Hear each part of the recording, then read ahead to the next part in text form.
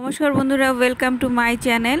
तो बहुदिन पर एक रान्नार रेसिपि निये आसलाम। एखाने आछे कुमड़ोर घंट मुग डाल दिए करेछि और ये कुमड़ोर घंट मुग डाल दिए खेते ना दारुण लागे। तो चलो आमी सिम्पल भावे तैरी करेछि कुमड़ोर घंट, देखे नेওয়া যাক।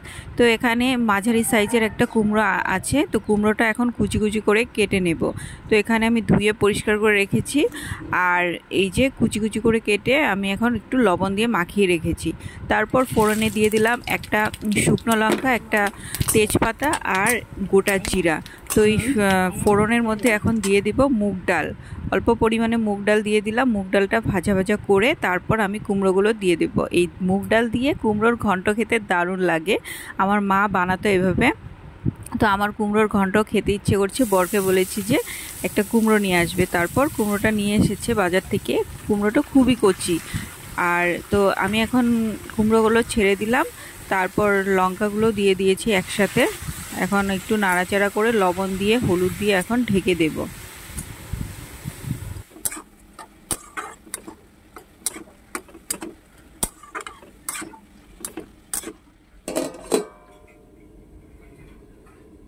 पाँच থেকে 10 মিনিট ঢেকে রাখার পর তারপর আমি ঢাকনাটা তুলে জিরের গুঁড়ো দিয়ে দিলাম সামান্য পরিমাণে, আর একটু চিনি দিয়ে দিয়েছি। তো এখন ভালো করে নাড়াচাড়া করে তারপর দেখো আমার কুমড়োগুলো একদম পুরোপুরি সেদ্ধ হয়ে গেছে, প্রায় অলরেডি হয়ে গেছে কুমড়ো ঘন্টটা। তো এখন নামিয়ে নিলাম। তো গরম গরম এই কুমড়োর ঘন্ট দিয়ে ভাত খেতে কিন্তু দুর্দান্ত লাগে। একদমই সহজ পদ্ধতিতে আমি এই কুমড়োর ঘন্টটা তৈরি করলাম।